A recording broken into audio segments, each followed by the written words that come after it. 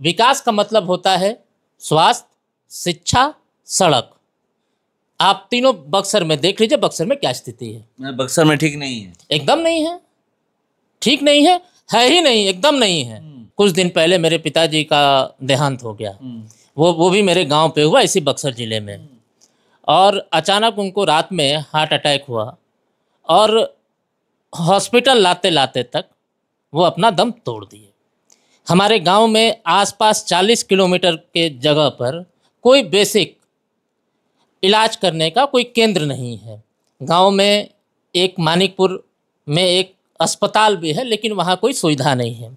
आज जो सड़कों की हालत है, क्योंकि मैं भुक्तभोगी हूँ, जो सड़कों की हालत है, हमारे गांव से यहाँ आने में 1.5 घंटे लग गए। वहाँ पर डॉक्टर या फिर नर्स कोई नहीं बैठता है। आप देखिए, ऐसा है कि बक्सर आप सदर अस्पताल की हालात देख लीजिए, वहाँ की गंदगी देख लीजिए। वहाँ डॉक्टर रात में आपको मिल जाए तो आप मेरे को बता दीजिए। पार्टी है, व्यवसायिक पार्टी है, व्यापार करने वाली पार्टी है। प्रशांत किशोर क्या करते थे? व्यापार ही तो करते थे। जी, ऐसा है कि व्यापार नहीं करते थे।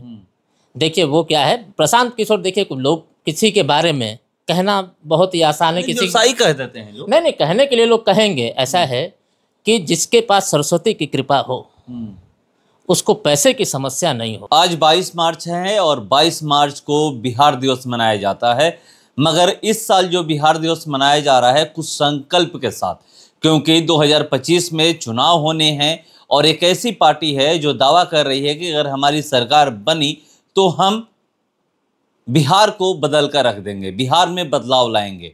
उस पार्टी का नाम है जनसुराज। पार्टी के सूत्रधार है प्रशांत किशोर। लगातार वो पैदल चल रहे थे, उसके बाद पार्टी का गठन किए। चलिए, बहुत सारे मुद्दे हैं, उन मुद्दों पर हमारे साथ बात करने के लिए मौजूद है जनसुराज पार्टी के नेता अभिषेक पांडे जी, और ये सुप्रीम कोर्ट के अधिवक्ता हैं। मैं इनसे सीधे जुड़ता हूँ। IBN 7 भारत में आपका स्वागत है। धन्यवाद। आज बिहार के लिए बहुत ही ऐतिहासिक दिन है। आज 22 मार्च 1912 में बिहार बंगाल से अलग हुआ था। मैं बिहार वासियों को इसलिए हार्दिक शुभकामनाएं देता हूं। आज बिहार दिवस है, जगह जगह कार्यक्रम किए जा रहे हैं, मगर आप लोग कह रहे हैं कि अगर हमारी सरकार बनती है तो हम बदलाव लाएंगे। कैसे बदलाव लाएंगे? क्या बिहार में पहले के अपेक्षा बदलाव नहीं हुआ है? नहीं, बदलाव देखिए, बदलाव जिस हिसाब से होना चाहिए उस हिसाब से बिहार में बदलाव नहीं हुआ है। आज बिहार में सबसे बड़ी समस्या है स्वास्थ्य की। देखिए, अभी कुछ दिन पहले मेरे पिताजी का देहांत हो गया, वो भी मेरे गांव पे हुआ, इसी बक्सर जिले में। और अचानक उनको रात में हार्ट अटैक हुआ और हॉस्पिटल लाते लाते तक वो अपना दम तोड़ दिए।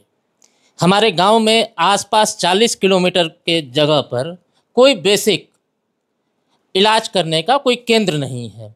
गांव में एक मानिकपुर में एक अस्पताल भी है, लेकिन वहाँ कोई सुविधा नहीं है।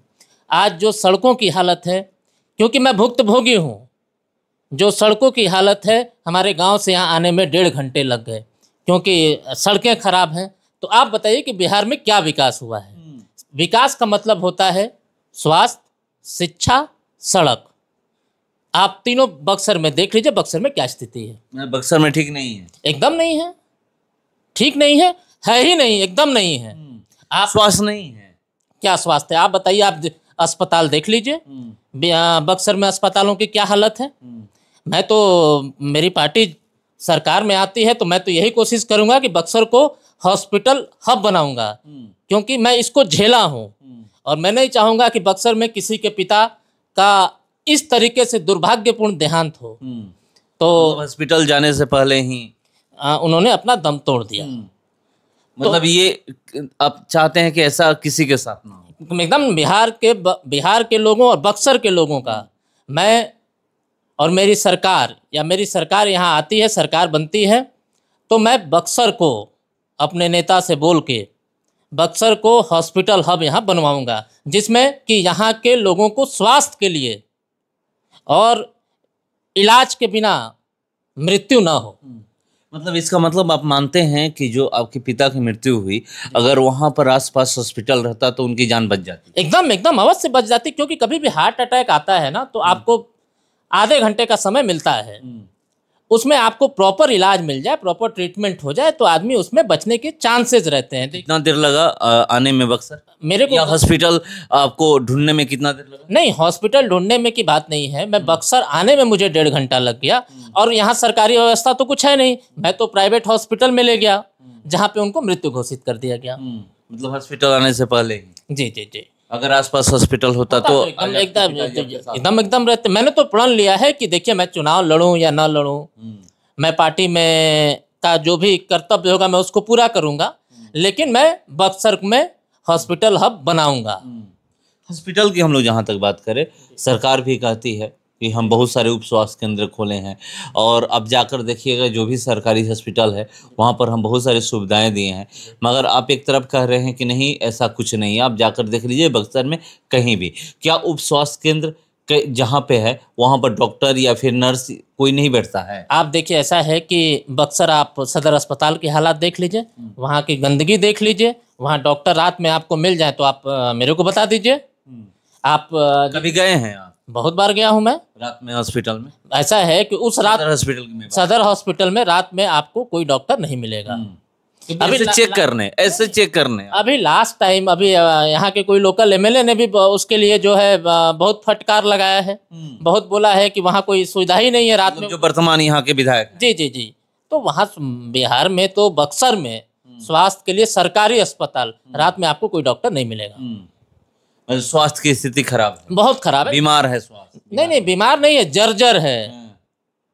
बीमार होता है तो उसका इलाज होने का संभावना होता है। मतलब जर्जर है, बीमार ही नहीं, जर्जर स्थिति में स्वास्थ्य जो है बक्सर में वो पूरी तरह से जर्जर स्थिति में। आप लोग तो कह रहे हैं कि हम ये ठीक करेंगे, ये ठीक करेंगे, मगर आरोप भी बहुत सारे आप लोगों पे लग रहे हैं कि आप लोग अब की जो पार्टी है, व्यवसायिक पार्टी है, व्यापार करने वाली पार्टी है। प्रशांत किशोर क्या करते थे? व्यापार ही तो करते थे। जी, ऐसा है कि व्यापार नहीं करते थे।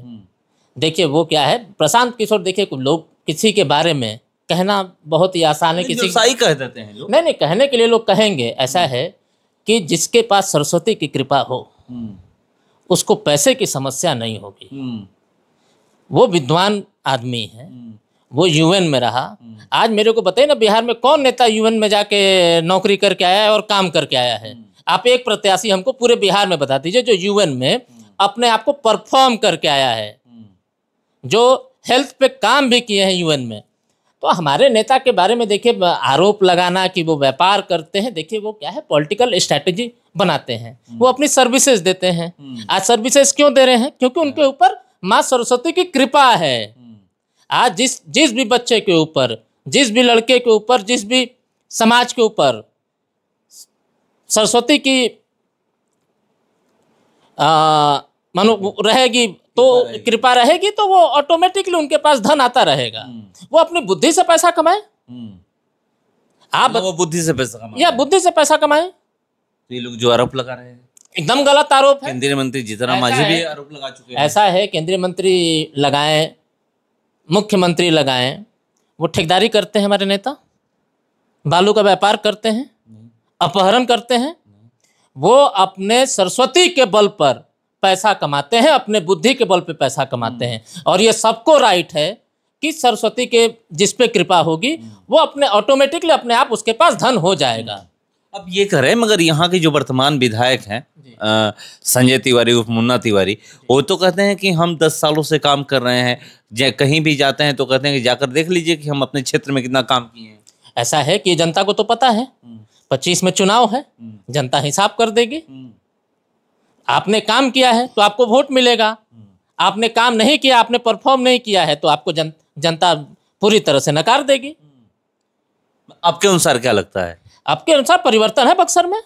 परिवर्तन इस बार 100% इस बार बक्सर में परिवर्तन है। फाइनल है, जनता परिवर्तन नहीं, एकदम जनता परिवर्तन कर देगी, क्योंकि बक्सर में कोई काम हुआ नहीं है। आप कैसे ग्राउंड पे काम कर रहे हैं? सवाल ये भी है ना, जनता तो पूछेगी ना। देखिए मैं तो गांव-गांव में जा रहा हूँ, मैं लोगों से मिल रहा हूँ, उनकी समस्याएं सुन रहा हूँ, अपनी जो पार्टी की जो वादे हैं उनको बता रहा हूँ कि हम लोग की सरकार आती है तो हम लोग क्या क्या करेंगे, और उससे लोग सहमत भी हैं।